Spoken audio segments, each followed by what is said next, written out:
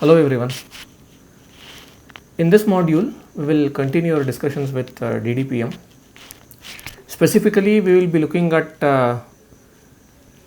deriving the objective function, which is the evidence lower bound corresponding to the DDPM. So that is the objective of this particular module. So I'll quickly recap what we were doing. We created the model for DDPM using the hierarchical VAE's formulation. So in a latent variable, we also saw that a DDPM is a latent variable model that has multiple latent spaces as a Markov chain, and all of these latent variables have the exact same dimension as that of the data space.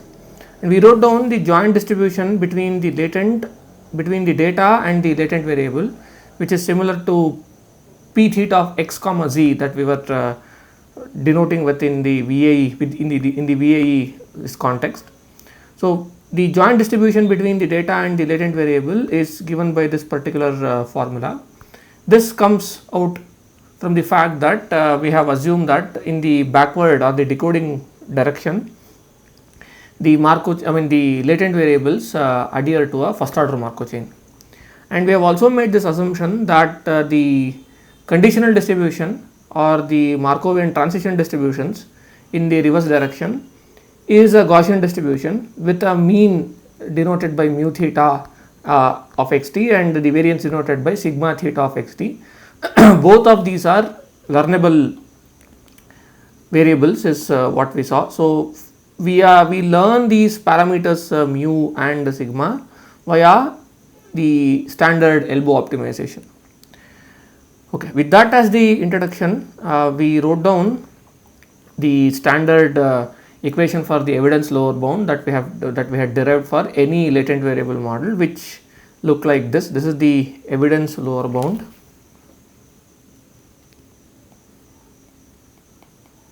The lower bound on the log likelihood, which we have been calling as evidence lower bound or ELBO. And this is our objective function that we would optimize in any latent variable generative model. So for a DDPM, this particular equation takes this form, where log of the joint distribution between the data and the latent variable is represented using these notations. So just to remind our notations, x naught is the data variable and x1 to xt denotes the latent variable, t number of latent variables, and q represents the forward process or the encoding process, which is fixed and not non-learnable in the context of a DDPM, that is given by q of x1, x2 up to xt, which are t number of latent variables conditioned on the data variable, which is very similar to q of z given x, which is the latent posterior that appears in ELBO. Now with this, the objective function, I also used a shorthand to denote q of x1 to t. So this actually means that here x1 to t is actually a set of variables, right? And similarly q of x of 0 to t represents x0, x1 up to x capital T. This is the shorthand. So now with this as the evidence lower bound that we would want to optimize, the next goal is to write down the definitions of the encoding distribution and the decoding distribution or the model distribution that we have come up with for DDPM, plug them into these equations and find an expression that can be optimized in the context of a DDPM. So that is the next goal. Okay. So let us write that down. So the goal is to optimizing ELBO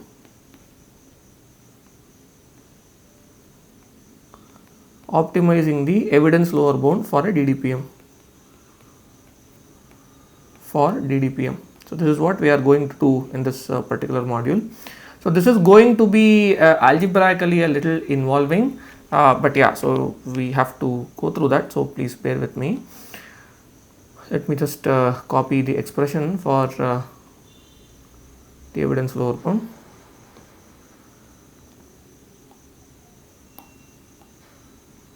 So, this is what we would want to optimize. Okay. So, let us start expanding it, because we know what the definitions are. So, we have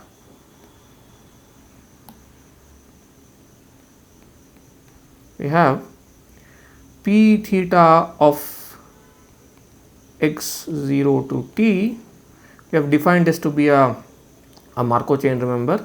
So, p of x capital T times the product of all the conditionals. So, t equal to 1 to t, p theta of x t minus 1 given x t. So, this is the definition of p theta of x 0 to t. This is how we defined it. So, note that the dependence on theta here is taken off, because we know that we have constructed the Markov chain in such a way that the stationary distribution of this Markov chain at x t is equal to an isotopic Gaussian distribution, right. This is the way we have constructed the forward distribution. Therefore, when we start in the reverse distribution, we start with a Gaussian random variable with 0 mean and unit variance, because that is the stationary distribution of the Markov chain that we have constructed in the forward direction. So, similarly, so we want q of, in the denominator we have q of x 1 through t given x naught. What is this given by? This is also given by the product of, we have t equal to 1 to capital T. This is q of x t given x t minus 1. So, why is this? This is also because the forward process is a first order Markov process. This is because the forward process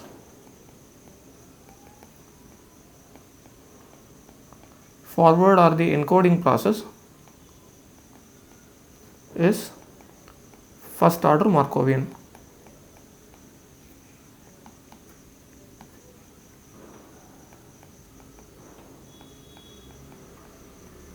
Okay. Because the forward process is the first order Markovian process, we can write the posterior distribution of all the latents conditioned on data as the product of all the marginals. Okay. So, now we have everything that we want. We have the numerator here in the ELBO and also the denominator that has been defined. So, let us just plug that in the definition of ELBO. Okay. So, maybe we can just expand this to make sure that this is easier. So, why is this? This is because it is first order Markovian. So, we will write that. So, q of x1 to t conditioned on x naught, what is this equal to? By the chain rule of probability, this is equal to q of x1 given x naught and q of x1 x2 given x2 given x1 and x naught,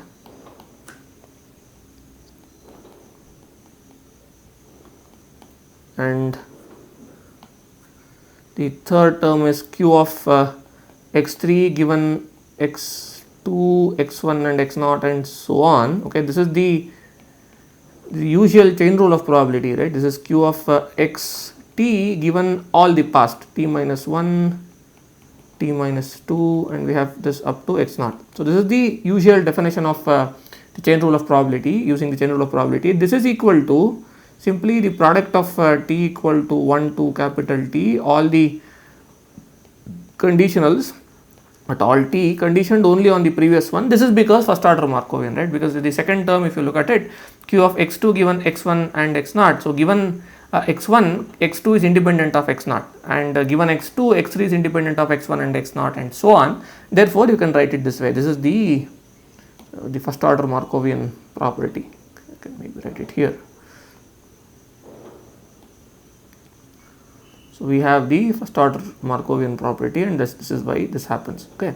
So, now we have everything that we need to define our ELBO. So, let us write that down. Therefore, now the ELBO or the objective function, I will write it as j theta of q. Okay. Now, here I can actually omit q because q is fixed and we do not have to learn q here, is equal to the expectation of log of p theta x1 to t, rather x 0 to t, because this is the joint distribution between the the data and the latent variable, right. So x0 is the data variable and you have all the latent variables divided by the posterior of the latents, which is x1 to t conditioned on the data variable, right. This is what it is, and the expectation is with respect to q. Okay. Now using the definitions of the DDPM, so we can write that as log of, so what is p theta of x to t? We have just written that as p of xt times the product of t equal to 1 to capital T, p theta xt minus 1 given xt, right. This is the definition that we used, and in the denominator we similarly have the product of t equal to 1 to capital T q of xt given xt minus 1, right. This is, where does this come from? This simply comes from the definitions of the models that we have for the DDPM, right. So just see this is p theta of x0 to t is given by this expression, and q of x t to 1 given x0 is given by this expression, and we have the reasons for it. Okay, right. So now what we have to do is we have to simplify this and use the definitions and a bit of algebra to simplify this. So let us do that step by step. Okay, so now for the ease of algebra, I will simply omit the expectation here and write just the log term. Consider this particular term, which is log of this entire thing. Consider this term. Okay. Now what we will do is that we will first take out, this is equal to log of pxt. From this product, I will simply take out the first conditional p of x0 given x1 and write everything there. So why am I doing this? This is because of convenience of algebra, which we will see in a while. P theta of xt minus 1 given xt. So what did we do here? Please note that from this product, which had all the marginals, we just took out one of the marginals for the first and second variables, I mean for data variable and first random variable, and kept everything aside. So we will do the same thing for the denominator as well. So why do we do this? As I said, the reason will become clear. This is simply because of algebraic convenience. We will see that later. Q of x1 given x0, and keep everything from t equal to 2 to capital T, and we have all these conditionals x t given t minus 1. Okay. So now what we will do is that we have log of products. Take one of those out. So p of xt times p theta of x0 given x1, so divided by q of x1 given x0. Let us take this term out, and what is remaining is we have plus log of product of t equal to 2 to capital T. I merge both the products, and this will be p theta of xt minus 1 given xt divided by q of xt given xt minus 1. Okay.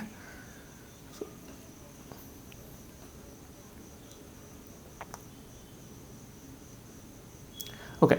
So now if you look at this, in the denominator of the second term, what we have is, here the denominator is progressing in the in one direction, which is the forward direction, right? I mean, given xt minus 1, we are computing the likelihood of xt, whereas the numerator is progressing in the opposite direction, because of course, right, I mean, p theta represents the decoding distribution and q represents the encoding distribution. So in the numerator, we are starting from xt and moving backwards in time, and in the denominator, we are starting from xt minus 1, we are moving forward in time. Okay. So now the question is, can we somehow represent one of them, either the denominator or numerator, in terms of one of the directions, right? Or either represent q as q in terms of the reverse direction, or represent p in terms of the forward direction. So representing p theta in terms of forward direction is difficult because it is parameterized and that is what we are trying to find out, but representing q in terms of reverse direction is possible using Bayes rule. Now why are we doing this? So we are doing this because algebraically, right, it is much easier to work if we have one direction instead of working with both the directions. Okay, so let us do that. So consider the denominator in the second term. Denominator in the second term. So this can be written as follows. So we have q of xt given xt minus 1.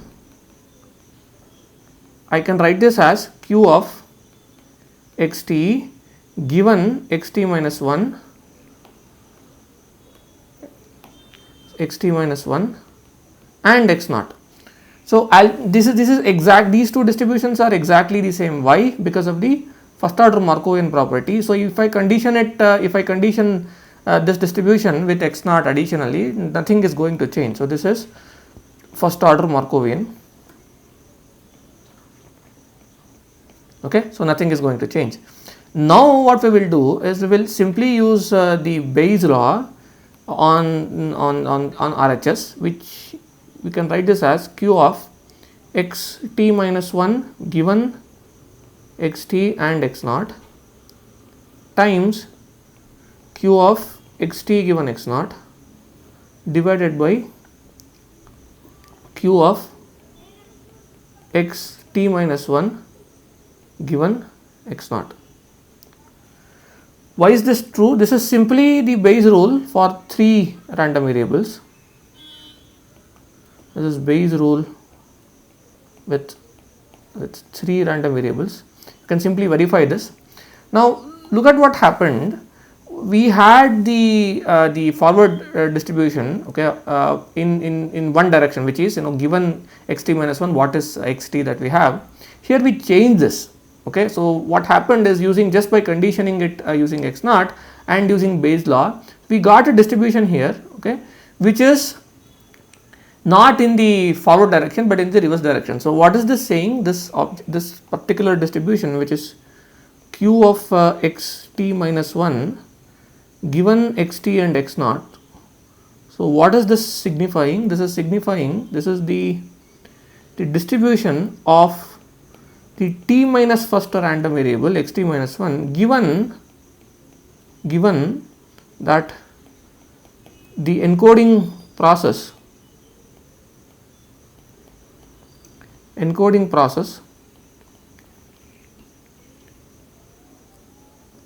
has landed at xt at t equal to t at xt at t, okay, or t equal to t, starting from x naught. Okay, this is what this distribution signifies. It is saying, now given that I start from x naught, which is let's say one particular data point, it can be an image. Given that we have started from one particular image, okay, and we have landed at xt at time t. So tell me, what is the likelihood of arriving at that xt with different xt minus 1 at t minus 1. Okay. So what is the likelihood of xt minus 1 or different xt minus 1s given that I have started from x naught and landed at xt. So that is what this distribution is saying. So now you can look into this as a sort of the true, quote unquote true reverse distribution, in the sense that, so I know that I have started from x naught and landed at xt. Now what is the likelihood that I have come from xt minus 1? So this is what it is telling me. Okay. So what did this do? This simply expressed the forward distribution, okay, which is q of xt given xt minus 1 in the opposite direction using Bayes law. That's all.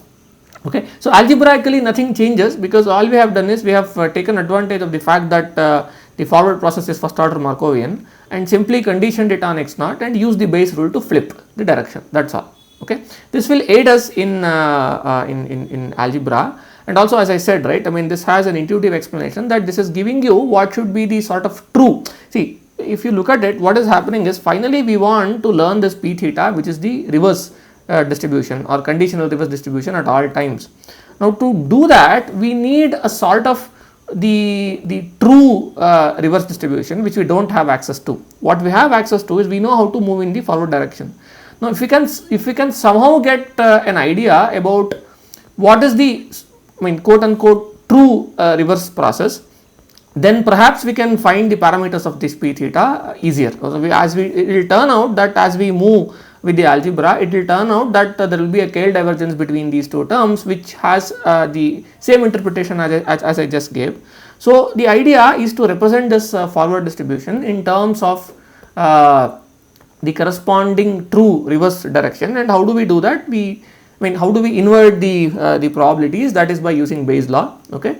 Now, we initially conditioned it on x naught. So, why did we initially condition it on x naught? Why did we just simply use Bayes' law here? Because if we simply use Bayes' law on this, we will have marginals of this sort, right, which we do not know how to compute. Okay. The other thing is, conditioning it on x naught will give you a sort of anchoring, in the sense that given that I have started with a particular image, okay, now tell me what is the likelihood of xt minus 1. So, this is easier to compute than let us say that like given xt minus 1, or rather given xt, tell me what xt minus 1 that I came from. Okay. Now, because what happens is, as you move on in the forward process, multiple images can lead to a same noisy image. But if I anchor it on the particular input image, then it will give you a much more capability of computing it. Okay, that is the intuitive way of saying it. So, therefore, we conditioned it on x naught, which is the input image. This does not change anything algebraically, because we are dealing with first order Markov processes, and then we inverted this using Bayes' law. That is it. Okay. Now, what we have to do is plug in this expression that we just came up with into the ELBO computation that we are doing. Let us do that. So, plugging the above expression to the ELBO, onto the ELBO.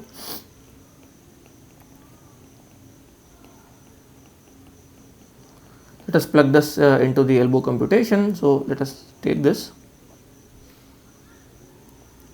This is where we were, and we will have to replace the denominator of this expression using whatever we got in ELBO computation. So, let me just copy the first term as is. The first term remains as it is. So, maybe I will move it a little to my left. Okay. So, this is equal to log of this plus log of product from t equal to t to capital 2. And by the way, I thought it was obvious. A symbol that looks like a big pi here actually denotes product, okay, of whatever expression that is inside this. Product of we have p theta of xt minus 1 given xt in the numerator. So, now in the denominator we will have to just plug in whatever we did. So, q of xt minus 1 given xt was given by this expression now.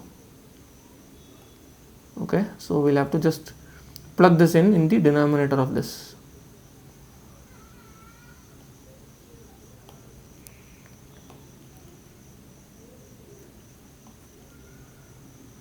Okay. Now,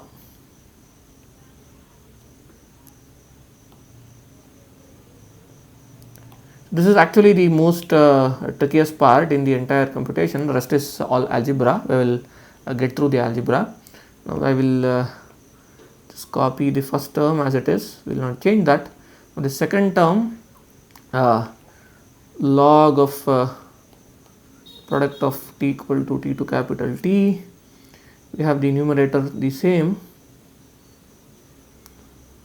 p theta of x t minus 1 given x t I will move the denominator of the denominator to the numerator, q of xt minus 1 given x naught to the numerator, and in the denominator we have q of xt minus 1 given xt and x naught times q of xt given x naught. Okay.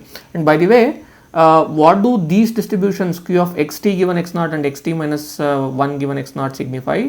They simply signify the what is the likelihood of the tth latent variable or the noisy version of the input given the particular input. That is what it says, and the definition of the forward process gives us a way to compute both of them, which we will see later. So, let us get through the algebra first. Now, what we can do is that we can just write this as the first term again is the same.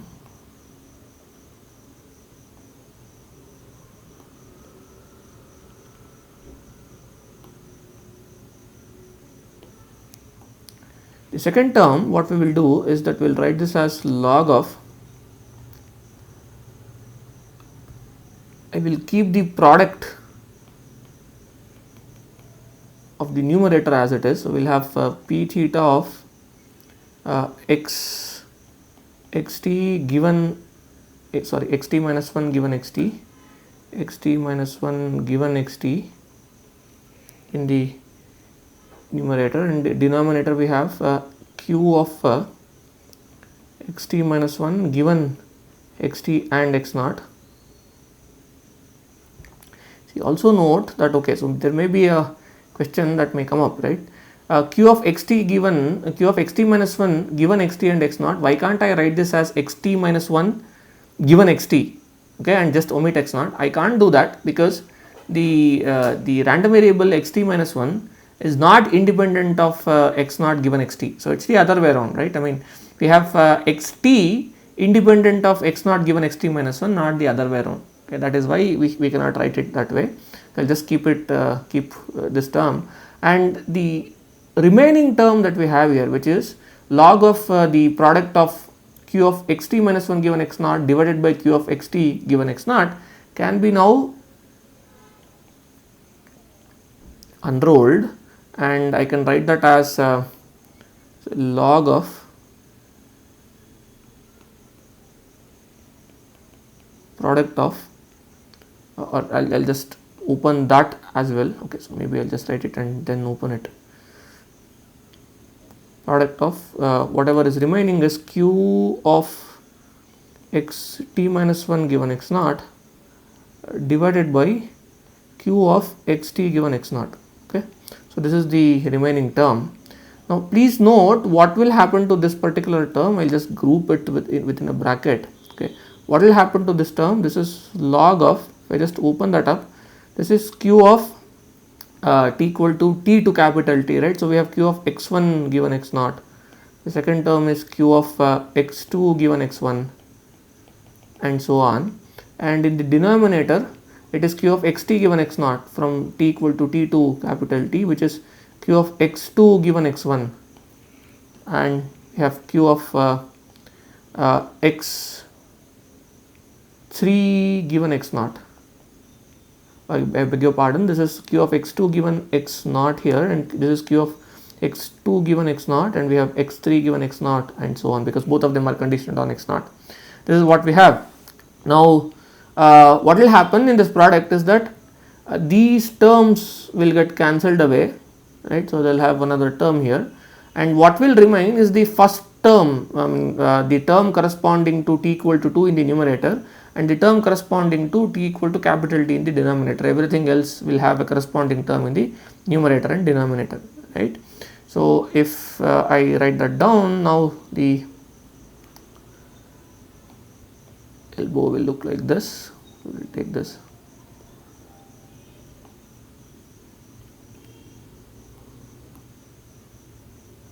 So, we have these two terms, and the third term will have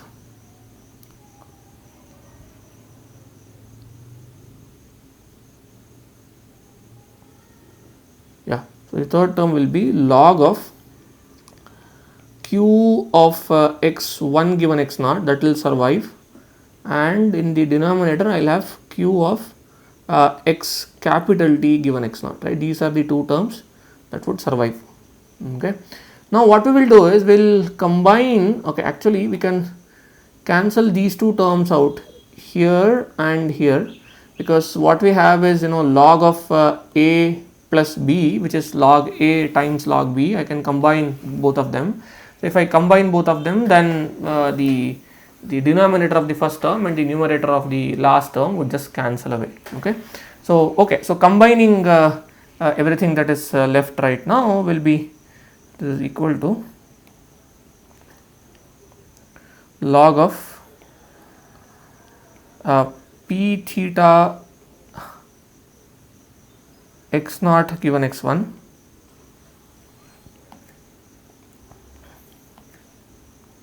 this is one term, plus we have log of p of x t. Where is this coming from? This is coming from here. Okay. So we have log a times b. I am just taking them out. I am just using the log of the law of logarithms here, and this I will divide by divided by q of x t given x0. Where is this term coming from? This term is coming from here. So there is log of q of x t given x0. I will just take this here, and whatever is remaining, right, so this particular term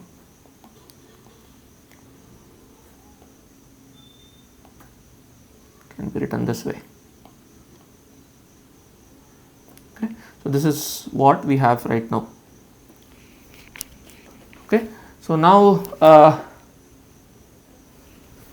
I can write log of products as sum of logs. So this is equal to log of p theta of x0 given x1, and the second term is log of p of xt given q of x capital T given x0, plus the log of products is sum of logs. So this is equal to t equal to 2 to capital T log of p theta of x t minus 1 given x t, and in the denominator we have q of x t minus 1 given x t and x 0.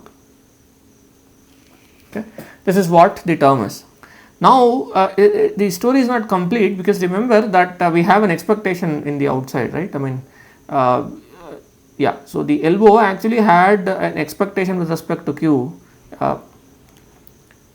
of an expression. So we just simplified this entire expression, which was inside, which is which is the function with respect to which we are computing the expectation. Now we have to bring in the expectation to this expression and see what happens. Let me write that down. So bringing in the outer expectation.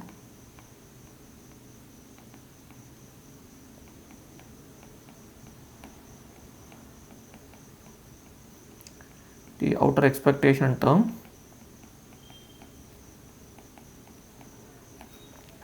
So what will happen is, so we have this entire term here.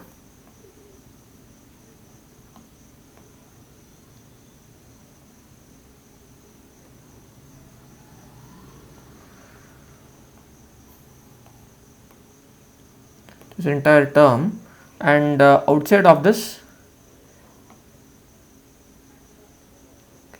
maybe I should write it later. So we have the expectation of this term. Okay, so let me call this as term. So this, we have this term, and we have the expectation of this. The expectation is with respect to q of z given x, right, which is the latent variables x1 to t given the data variable x0. This is the expectation with respect to. Okay. Now if you look at this this term here, this contains 3 subterms. The first one has only dependence on x0 and x1. Okay. The second one has only dependence on x capital T and xt. While the third term has dependence on multiple random variables. Okay. Now when you are taking an expectation with respect to these random variables, since the dependence of the subterms is only on a subset of these random variables, I can write the expectation only with respect to those subterms wherever the dependence is. Okay, so now I'll write that down. Since the subterms in term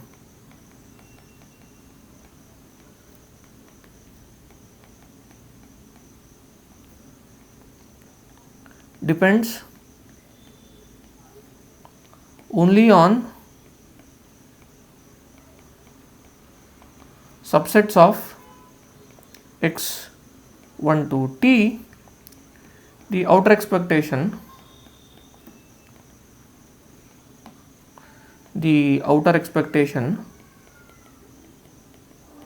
can be written appropriately, right.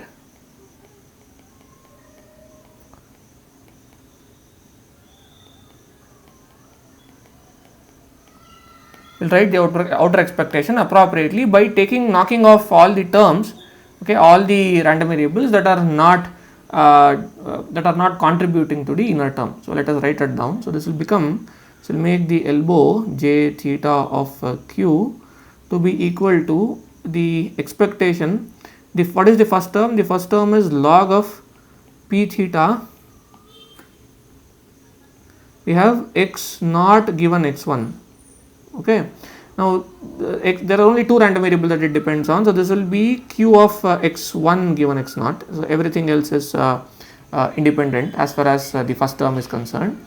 What about the second term? The second term is expectation is linear, so I can push the expectation through all the terms. So this was log of pxt divided by, we had q of x capital T given x naught. This was the second term, and here the expectation also is only dependent on, so xt and x naught, all the other random variables are independent, so I can write the expectation this way, these two terms. In the third term though, so we have the third term, which is the sum of t equal to 2 to capital T, expectation of log of, using the linearity of expectations to just push the expectation through all the terms here. This is xt minus 1 given xt divided by q of xt minus 1 given xt and x naught. Okay, this is the denominator that we have, and here the dependence is on q of, so note that this was q of x1 to t given x naught. Okay, now we are only writing the terms that are writing the random variables that are relevant to whatever is within the function here, and knocking off everything because they are independent. So the terms that we have here are xt, q of, we have xt, and we have xt minus 1 and x naught. Okay, let me write it that way. So this is q of xt minus 1 and xt. So dependence is on xt minus 1 and x naught, and of course it is conditioned on xt minus 1 and xt, and it is conditioned on x naught. Okay. Now consider the expectation of some function with respect to q of xt minus 1 and xt given x naught. Okay, this is what we have. Okay, now this can be written in terms of product of two expectations using the law of conditional expectation this way. So this is equal to the expectation of q of xt given x naught times expectation of q of xt minus 1 given xt and x naught. Okay, so of this particular function that we have, this is the property of conditional expectation. One can verify this. Studied in elementary probability theory, property of the conditional expectation.